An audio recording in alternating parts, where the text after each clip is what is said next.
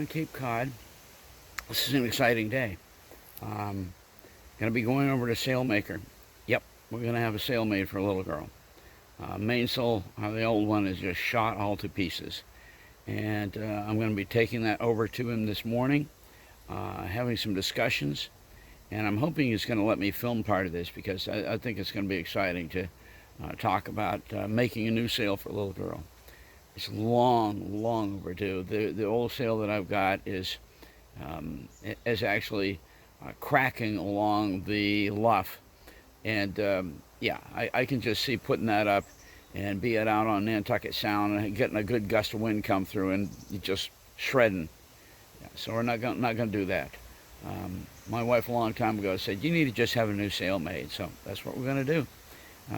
I'll get back with you later. Right now I'm going to take some measurements on the boom and the mast and get a little bit of that put together. And I got some video stuff to show him to maybe give him an idea of what the old sail looks like under sail. So, all right, we get to work here. Guys, I got completely distracted yesterday. I did get the mast moved. Gary came, my brother, and we got this mast up off the ground, flipped it over to where I needed it to be. And today, in order to get the final measurement for my sail, and I'll more about that later, what I'm doing is completely replacing an old block that's on there that I had on here as the head block for where the hoist, the halyard goes through. And let me turn this around. I'm going to show you what we're talking about. And I'm going to be putting a brand new replacement block in the place of this big fat one that never did like it, and I'll explain when I get this turned around. The reason I had this thing is just because I had it on hand, and it didn't cost me anything. This is for a 1/2 inch line, okay? I don't want that on here. In the first place, what happens is, you know, it's because it's on a pivot, and there's no problem with it being on a pivot, but the problem is the line either goes over to one side or the other. The head block is coming up to right here where the top of your sail is. I don't want the thing shifting from one side to the other or being too far out, and that's the other problem that it get. That's it. Hang on. I don't want it shifting one side to the other or being too far out, and that's what if it gets caught here between here in the track. So anyway, what we're doing, we're replacing this ancient. We're replacing this ancient piece of junk with a brand new another Harken, but this one is also swivel, but much lower profile, and it's just much better profile. It'll stay out of the way of the backstay here and so forth. So anyway, I'm gonna get this one off, get this one on. Then my brother and I've got to do a measurement because we got to run the line and run the halyard all the way from here down to the pin where the tack goes through.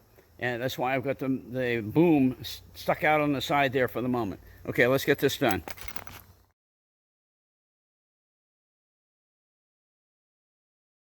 Okay, so we went ahead and got the measurements, and I'm going to have the picture in here to show you the setup we had. But anyway, yeah, we got the measurements. I'm going to be sending them off to Squetig, I think is how you pronounce it, the Sailmaker.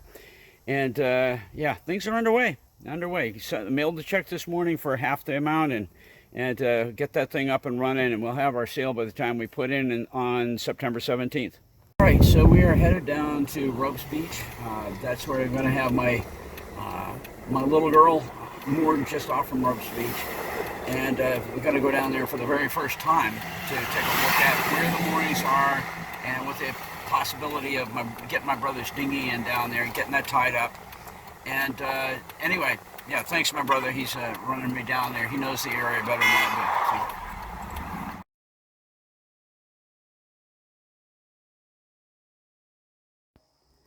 So. Okay, so everything is all set with the mast and the sail measurements. All that got turned in to the Sailmaker, and they are all set. I don't think they need anything more as far as dimensions or anything.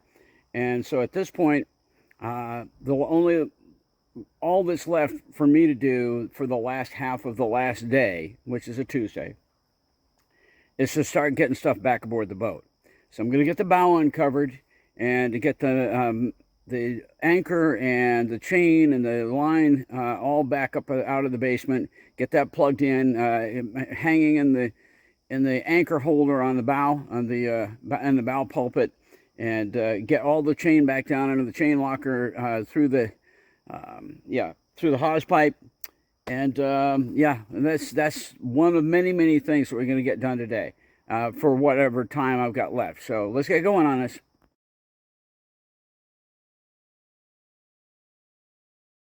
It's looking all over the place for my anchor. It was under the bow of the boat all this time. So there's my Danforth. There's, I think, 15 feet of chain. And I just now put my anchor rod back on.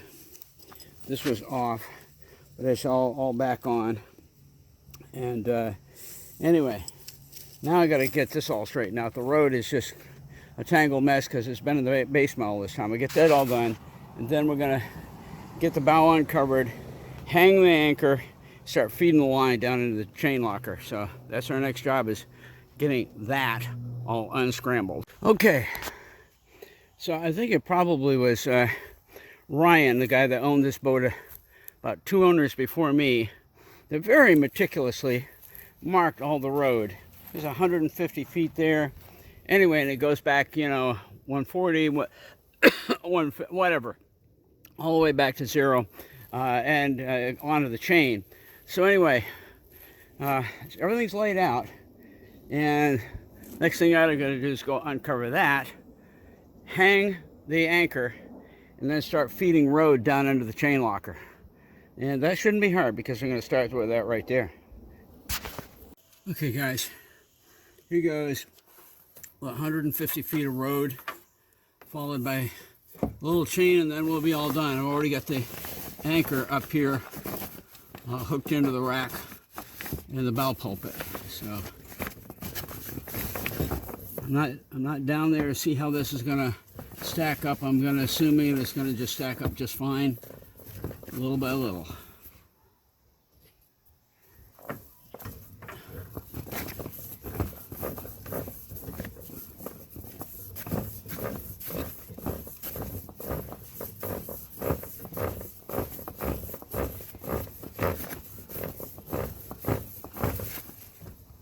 After I get quite a bit of line down, I think what's going to happen is I'm going to probably uncover the back of the boat, go below, and just check the chain locker to see how it's stacking up.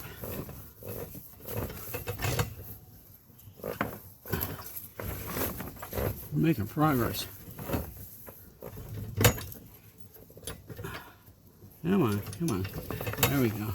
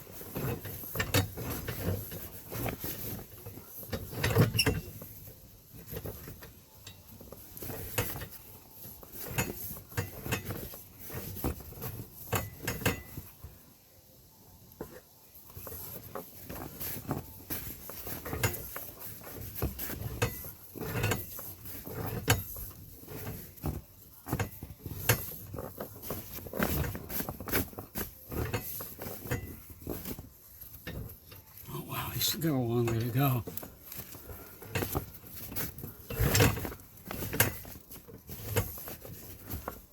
That's at 120, so we've got in 30 feet of road so far.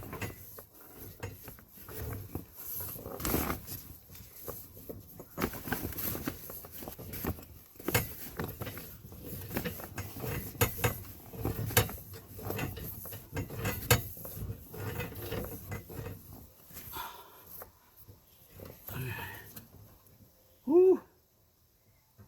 Man.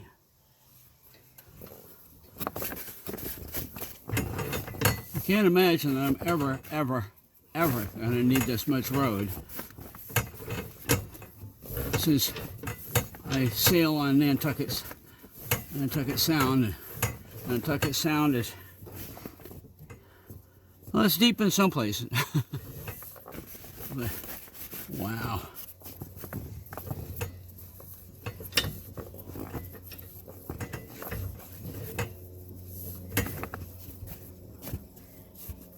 Okay, I think what I'm going to do, guys, now that we're coming up on just 90 feet, I'm going to stop at 90 feet, cleat it off for the moment, which isn't that handy. We have a cleat right here.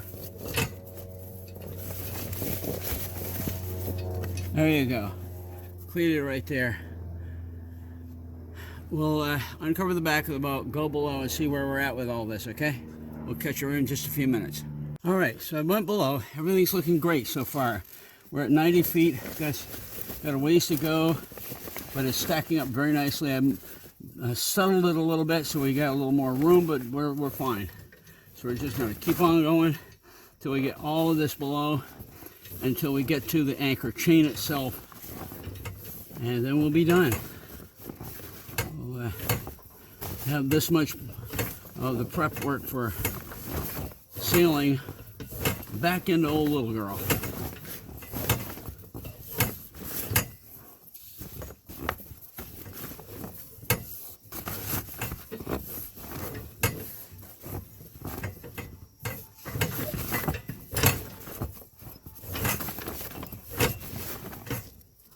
All right, we're now at 60 feet.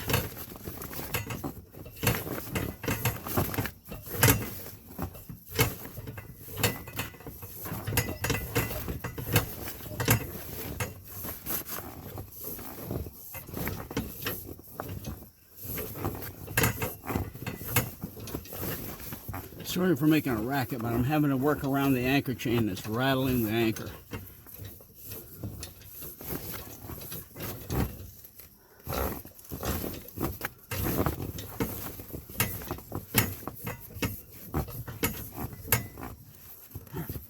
All right.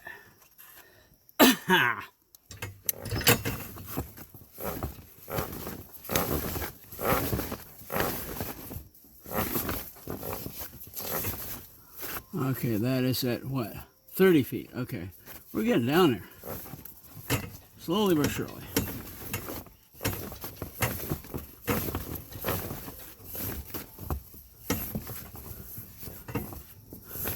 Three years ago, all this stuff came out just so we could make way for massive deck ripping up, and I'm gagging on pollen.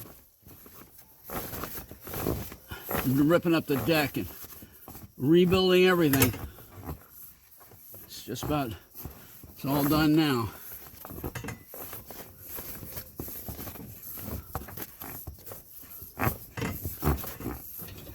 By the way, just letting you guys know, the date has been set. September 17th we launch.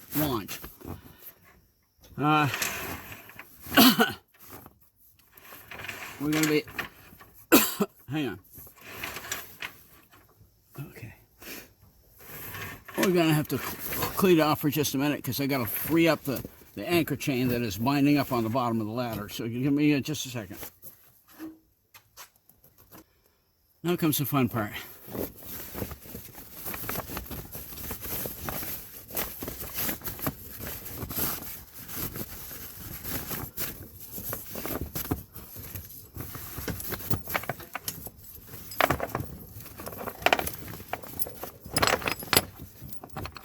Now goes the anchor chain.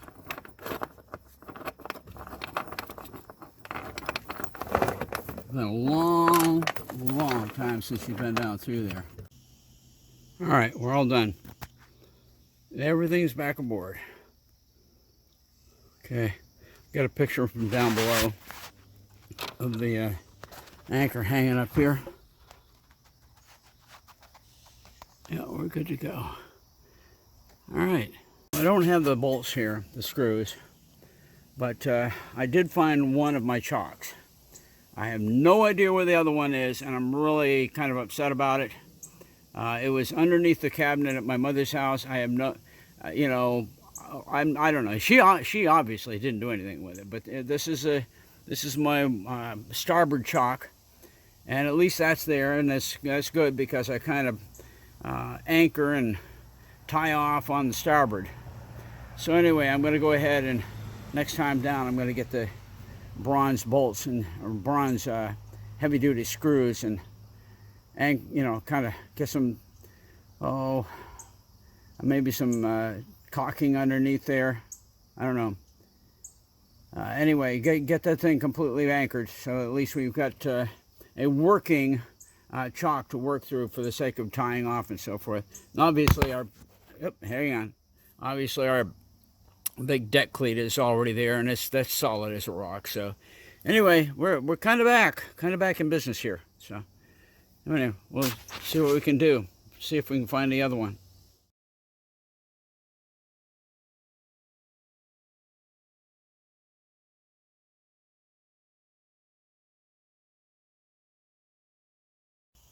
Okay, next project. Anchor line's all in. Anchor chain is all in. Time to put the tiller back in that I made for a little girl many years ago. And let's hope. Each one of these is slightly different length, I think. Maybe not. I'm just checking. Okay. This one is at the very back.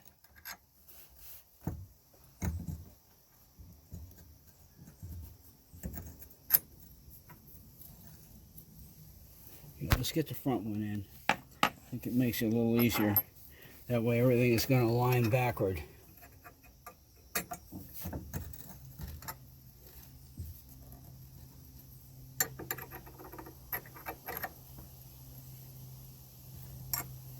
I gotta be able to see where my holes are. It's gonna come back.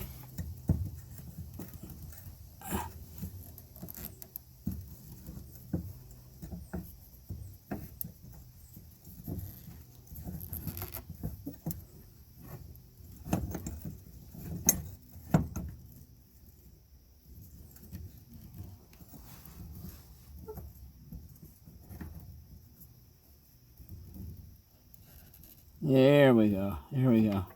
There's an alignment.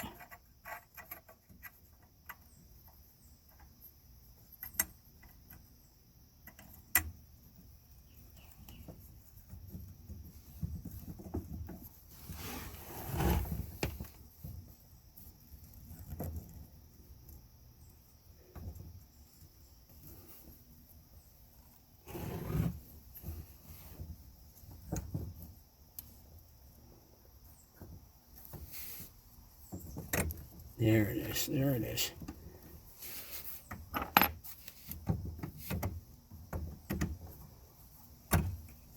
There we go. There we go.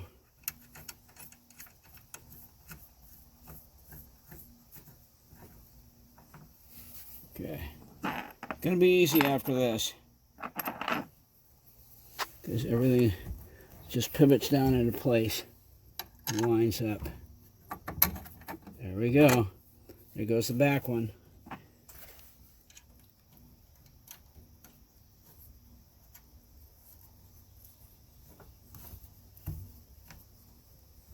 Now get the middle one. We're good to go. I'll have to tighten them down, but that's it.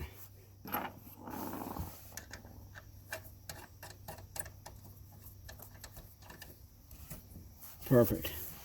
This one up front here, I think this is the one that needs a washer on it, so I'm going to go ahead and pull this out, throw a washer on, and then tighten.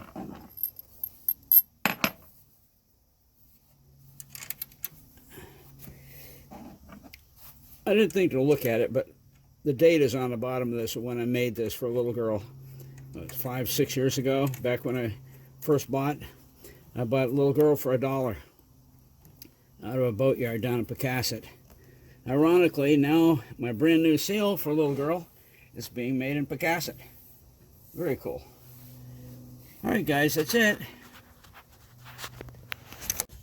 Well, guys, back aboard, down in the cabin, finally. A lot has gotten accomplished. Yesterday, I didn't get anything done on the boat at all, really, except for doing some measurements on the mast.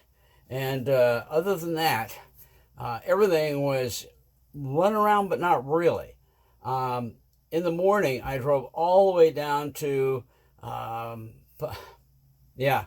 Pocasset, all the way down to Pocasset to go to, I'll never remember the name, but anyway, the sailmakers down there in Pocasset. I'll have the name on and probably post it right up here. Anyway, and talked with them, gave them some pictures, and talked to them about wanting a brand new sail, wanting to get a quote from them, and they kind of started putting the pieces together. I didn't know it at the time, but I was actually talking to the woman who does all the sail making. The guy that I had talked to the day before, named Mark, was out on some medical leave or something. But anyway, I talked to her, and all the pieces started to come together, and she told me what she needed. So anyway, I came back home and began taking measurements on the mast and so forth. So that all got done, and finally they got back to me, told me 2 more measurements to take on the mast, which I did.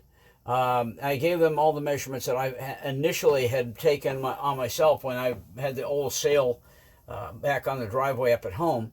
But I gave them the old sail, and they were able to take measurements on that. And then with what I was feeding them from actual measurements on the mast and the boom and so forth, they began to really get a good idea of what they needed to make as far as the correct sail.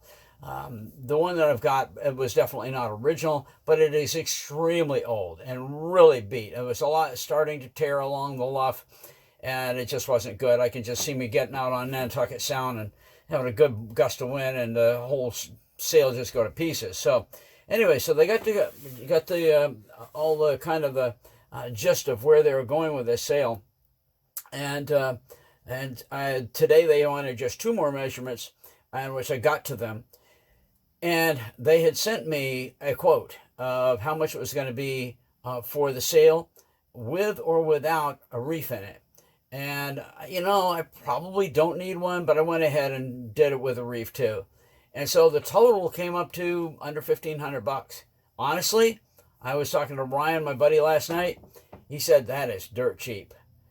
But these guys take pride in their work, and I'm convinced I'm going to get a really nice, brand new sail for a little girl. I'm excited about it. This morning I put a check in the mail for half the amount of the sail, which means that they're going to have all the money to go ahead with all the getting materials and all that kind of stuff. Okay, so all that's underway.